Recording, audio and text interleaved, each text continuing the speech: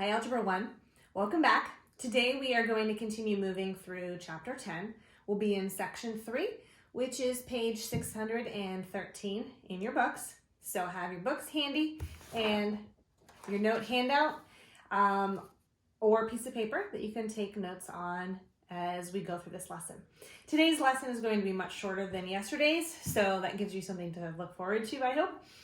Today we will be talking about how to combine like radicals. Previously, we have defined like terms or common terms as terms that have the same variable and exponent. Once we establish their common terms, then we can add or subtract them doing the math with the coefficients. The same thing is going to happen today. We will define like radicals as the same root and same radicand. Remember, the radicand is what is underneath the radical symbol. So, looking at our first example, it makes it actually pretty easy. If I have 6 square roots of 11 plus 9 square roots of 11, I can see that what is common to them is this square root of 11. Another way to help you think through this is just like we would with a variable. How many square roots of 11? Well, we have 6 of them. And we're adding to them 9 of them. It's the same way we actually think through this math problem. 6x plus 9x. The x is the common term, and we can do the math with the coefficients. Same thing applies here. So how many square roots of 11 would I have? I would have 15 square roots of 11 when I'm done doing the math. Take a look at my second example. Subtraction works the same. Square root of 3 minus 5 square roots of 3. Well, the only thing that I need to keep in mind, just like when we do these problems with my variables, is to recognize that I have that assumed 1 in front of that square root of 3. How many square roots of 3 was it? 1. Minus 5 of them. So I do the math with the coefficients. 1 minus 5 gives me negative 4 square roots of 3. Okay, that's our first step today. So I want you to pause the video and try these two problems of combining like radicals, and then come on back when you're ready to go over it. Okay, just like our first two, we can recognize that we're dealing with square roots of 2 and square roots of 2. So they are like radicals or common radicals. So I just do the math with my coefficients. 7 minus 1 gives me negative 1 square roots of 2. Well, remember, we don't have to write that 1. Well, that green does not erase very well with my finger. So I can just say negative square root of 2 is fine too. Would I mark it wrong if you wrote negative 1 square roots of 2?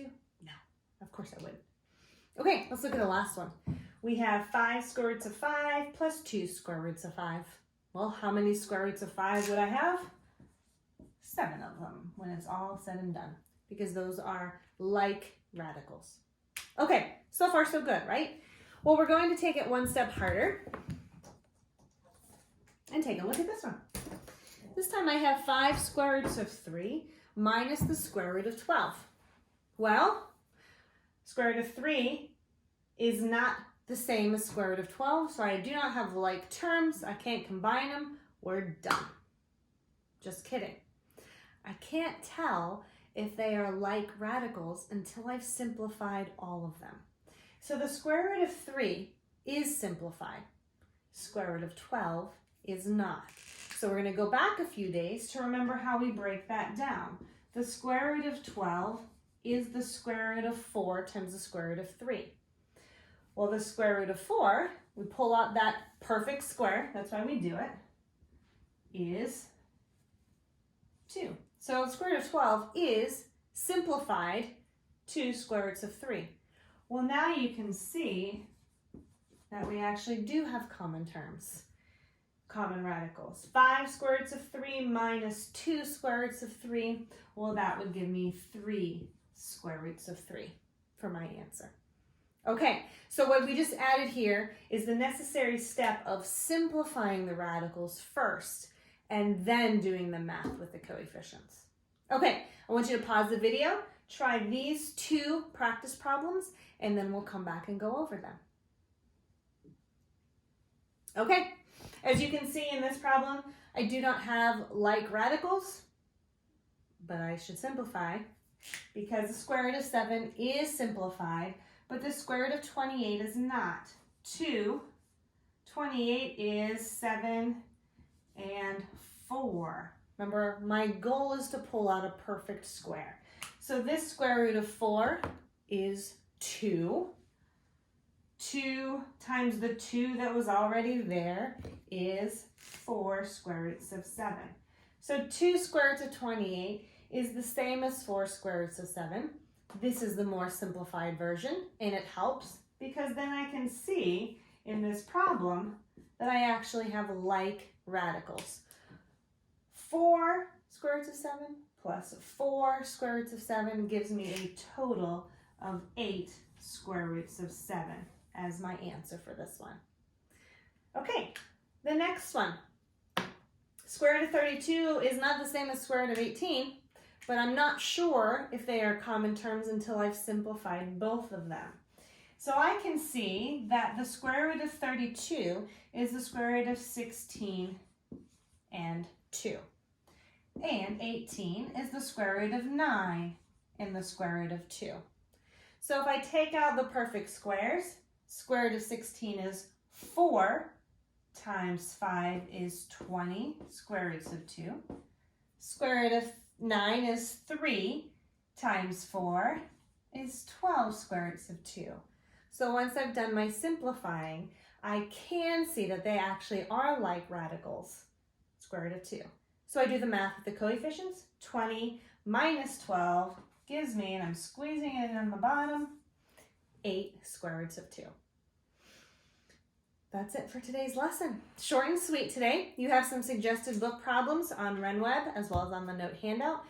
And for today's lesson and Thursdays and Fridays, I could not find great Khan Academy lessons to correspond, so I made a worksheet that includes the homework problems from 10.3a, today's, 10.3b, Thursdays, and 10.4, Fridays. So you can find that worksheet on RenWeb under Wednesdays, and you can do all of those problems and then just take a picture of it for me and send it to me by Friday. So the assignments for the rest of the week, Wednesday, Thursday, and Friday, are on a worksheet, and they are due Friday at 5. Okay, that's it for today. I told you it was short and sweet. I will see you tomorrow.